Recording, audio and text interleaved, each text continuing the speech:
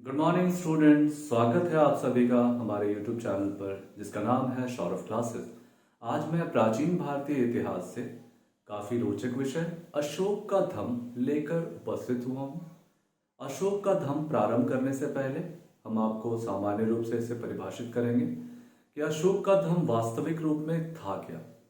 दरअसल अशोक ने बौद्ध धर्म की दीक्षा ली और उस बौद्ध धर्म के माध्यम से उसमें कुछ संशोधन कर, उसमें कुछ मौलिक तत्वों को समाविष्ट कर उसने उसने मानव के नैतिक उत्थान के लिए या उनके नैतिक अनुशासन को विकसित करने के लिए कुछ मौलिक तत्वों को अपने धम्म में स्थान दिया और यही इतिहास में या अशोक के लेखों में धम्म के नाम से जाना गया।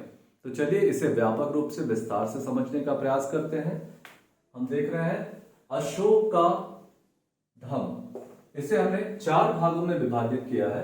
पहले धम्म की व्याख्या, दूसरा धम्म के बाधक तत्व, तीसरा धम्म की विशेषता और चौथा धम्म के प्रचार प्रसार हेतु किए गए कार्य। इन चार खंडों में विभाजित कर हम इसे समझने का प्रयास करेंगे। सबसे पहले धम्म की व्याख्या को हम जानेंगे इसके विषय में कि अशोक के दूसरे, तीसरे, सातवें स्तंभ लेखों में धम्म की व्याख्या व्यापक रूप से की गई है।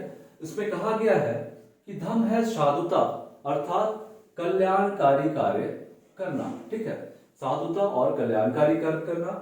इसके अलावा मृदुता यानी कि व्यवहार में मधुरता, पाप रहित होना यानी कोई पापी कार्य नहीं करना। ठीक है, इसके अलावा उसमें कहा गया है कि व्यवहार में मधुरता होनी चाहिए।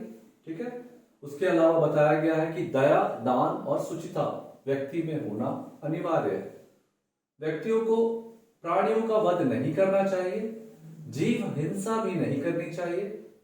साथ ही साथ माता और पिता को महत्व देते हुए माता पिता की आज्ञा के पालन को धर्म का एक आवश्यक अंग बताया गया है। इसके अलावा गुरुजनों के प्रति आदर करना, मित्र परिचित ब्राह्मणों के साथ सद्व्यवहार का व्यवहार करना और अशोक के तीसरे शिलालेख में अल्प व्यय और अल्प संग्रह को भी धर्म का एक आवश्यक अंग बताया गया है। तो धर्म की व्याख्या हम लोगों ने देखी कि किस प्रकार धर्म में साधुता, कल्याणकारी कार्य करना, मृदुता, पाप रहित होना, व्यवहार में मधुरता, दया, दान, सुचिता, प्राणियों का वध ना करना, जीव हिंसा ना करना, माता पिता की आज्ञा का पालन करना, गुरुजनों के प्रति प्रेम, आदर, मित्र परिचितों ब्राह्मणों के साथ सद्व्यवहार करना और अल्प व्यय और अल्प संग्रह करना, कम खर्चा और कम जमा करना। ठीक है, अब इसके बाद हम देखेंगे धर्म के बाधक तत्व यानी धर्म के विकास में कुछ तत्व हैं जो उसके विकास में बाधा उत्पन्न करते हैं। वे हैं चंडता, निष्ठुरता, क्रोध, ईर्ष्या और मान। मान का अर्थ है अभिमान, यानी कि व्यक्ति में अगर चंडता, निष्ठुरता, क्रोध, ईर्ष्या और अभिमान के भाव आ जाते हैं तो वह इन धर्म के तत्वों का पालन सही ढंग से नहीं कर पाता है। इसलिए अशोक ने न केवल धर्म की व्याख्या की है वरन उसने धर्म के बाधक तत्वों के बारे में भी बताया है, जो कि क्रमशः चंडता, निष्ठुरता, क्रोध, ईर्ष्या, मान या अभिमान शामिल है। अब हम धर्म के विशेषताओं पर ध्यान देंगे कि धर्म की मूलभूत विशेषताएं क्या थी। तो सबसे पहला जो हमारा पॉइंट है, ये सर्वसाधारण का धर्म था, अर्थात इसमें वैसी शिक्षा दी गई थी या वैसे नैतिक बातों को बताया गया था जिसके आधार पर ये आम जनता का धर्म था और ये एक सर्वसाधारण धर्म की तरह इसकी देखा जा सकता है। दूसरा, इसमें सदाचार पर बल दिया गया। सदाचार यानी अच्छा व्यवहार करना, यानी कि अशोक का जो धर्म था वो मूल रूप से सदाचार पर आधारित था। व्यक्ति को सदजीवन जीने, सदविचार करने और अच्छे अच्छे गुणों का समाविष्ट होना, इस बातों पर बल दिया गया था। साथ ही साथ इसकी तीसरी महत्वपूर्ण विशेषता धर्म की सार वृद्धि पर बल दिया गया। अशोक ने अपने 12वें शिलालेख में धर्म की सार वृद्धि पर जोर दिया। इसमें बताया गया कि एक धर्म को मानने वाले दूसरे धर्म के बारे में ज्ञान प्राप्त करें, इससे धर्म के सार में वृद्धि होती है। इसी के कारण इसकी विशेषता में धर्म की सार वृद्धि पर बल दिया गया है ताकि लोग धर्मों की अच्छी बातों को ग्रहण कर सके। अगला जो है वो है सहमति पर आधारित, यानी अशोक का मानना था कि साम्राज्य में कई धर्म और संप्रदाय के लोग रहते हैं और उन सभी संप्रदायों के बीच एक सहमति होनी चाहिए, उसी आधार पर इसका पालन करना चाहिए। तो अशोक का जो धर्म था वो मूल रूप से सहमति के सिद्धांतों पर आधारित था। इसके अलावा इसकी एक महत्वपूर्ण विशेषता जो कि सबसे ज्यादा महत्वपूर्ण है वो है अहिंसा पर बल। अशोक ने कलिंग युद्ध के पश्चात अपने मनोवृत्ति में परिवर्तन करते हुए अहिंसा का पुरजोर समर्थन किया। इसके पहले वह हिंसक था लेकिन हम देखते हैं कि जैसे ही अशोक ने बौद्ध धर्म की दीक्षा ग्रहण की उसके पश्चात उसने हिंसा को सदैव के लिए त्याग दिया और अहिंसा पर उसने जबरदस्त बल दिया। तो इसकी एक महत्वपूर्ण विशेषता, इन सभी विशेषताओं को आप देखें तो ये सारी विशेषताएं जो है धम्म में व्यापक रूप से बताई गई है। अब हम अशोक के धम्म प्रचार हेतु क्या क्या कार्य किए गए उनको देखेंगे। सबसे पहले उसने क्या किया, अशोक ने कि युद्ध विराम की घोषणा कर दी। अर्थात अशोक ने जब कलिंग युद्ध लड़ा तो उसने जो वहां हुए भीषण रक्तपात को देखा उससे उसका हृदय परिवर्तित हो गया और उसने भविष्य में किसी भी प्रकार के युद्ध को लड़ने से सीधा मना कर दिया और एक प्रकार से हम कह सकते हैं कि युद्ध विराम की घोषणा कर दी। उसके बाद हम देखते हैं कि पशुवध रोकने हेतु विज्ञप्ति। अशोक ने अपने प्रथम शिलालेख में पशुवध को रोकने के लिए एक विज्ञप्ति जारी की जिसका हमें उल्लेख उसके प्रथम शिलालेख में प्राप्त होता है। इसमें पशुओं का किसी भी प्रकार से वध ना किया जाए। तीसरी जो इसका कार्य था वह धर्म सभा की स्थापना।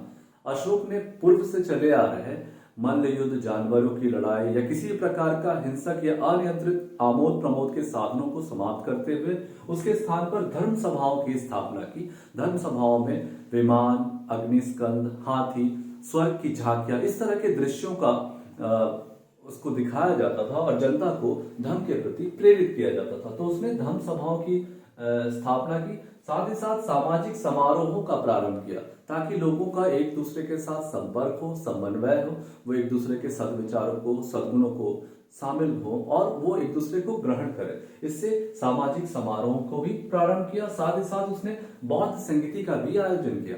हम सभी जानते हैं कि अशोक ने बौद्ध संगीति का आयोजन किया था, ठीक है। इसके अलावा धम्म महामात्रों की नियुक्ति। धम्म महामात्र वैसे लोग थे जो धम्म के प्रचार के लिए अशोक ने लोगों को नियुक्त किया। जैसे उसने अपने पुत्र और पुत्री महेंद्र और संघमित्रा को भी धर्म प्रचार के लिए बाहर भेजा। तो उसने धम्म के प्रचार हेतु अनेक धम्म महामात्रों की नियुक्ति की जो देश विदेश में जाकर अपने धम्म का प्रचार प्रसार कर रहे थे। इसके अलावा उसने अनेक प्रकार के कल्याणकारी कार्य भी किए। अशोक जो कि जिसका हृदय एकदम बदल गया बौद्ध धर्म की दीक्षा ग्रहण करने के बाद, खासकर कलिंग युद्ध के पश्चात जो स्थिति उत्पन्न हुई, जो उसमें रौद्र रूप देखा उसने, उसके बाद उसका हृदय सदैव के लिए हिंसा से निकल गया और उसने हिंसा को सदैव के लिए त्याग दिया। इसके पश्चात उसने जन कल्याणकारी कार्य के लिए उसके लिए उसने अनेक प्रकार के धर्मशालाओं का निर्माण किया। इसके अलावा उसने पेड़ पौधे लगाए, सराय बनाए, उसने पशुओं के लिए भी व्यवस्थाएं की। साथ ही साथ मानव को सहूलियत देने के लिए वृक्ष, सराय और पणशालाएं आदि को विकास किया। तो ये उसके कल्याणकारी कार्य थे। और इसके अलावा अशोक ने अनेक धम्म यात्राएं भी प्रारंभ की। धम्म यात्राओं का अर्थ है कि वह निरंतर धम्म के प्रचार प्रसार के लिए अनेक यात्राएं निकालता था, जिसमें उसमें लुम्बिनी, निगली सागर, सारनाथ, इन सब क्षेत्रों का समय समय पर वह भ्रमण करता था, वहां के लोगों से मिलता था, उनके ब्राह्मणों और श्रमणों को दान देता था और उनको धर्म के प्रचार प्रसार करता था। साथ ही साथ उनके बातों को समझने का प्रयास करता था ताकि उनकी कठिनाइयों को दूर किया जा सके।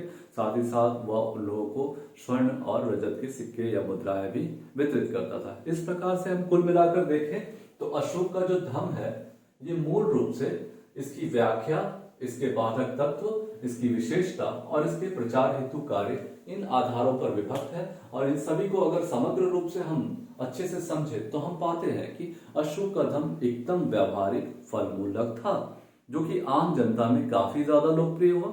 दरअसल यह मूल रूप से कहा जाए तो ये बौद्ध धर्म ही था। बौद्ध धर्म में कुछ नवीन बातों को समाविष्ट करके अशोक ने उसे धम्म का स्वरूप प्रदान किया ताकि जनता में धम्म के प्रति अनुराग पैदा किया जा सके और जनता को धम्म के साथ उसका विकास हो और वह देश ही नहीं बल्कि विदेशों तक फैल सके। इसी भाव से उसने धम्म का प्रचार प्रसार किया। तो हम आज के लिए इस विषय को यहीं विराम देंगे। अगले विषय के साथ हम अगले वीडियो में फिर से उपस्थित होंगे। तब तक के लिए धन्यवाद।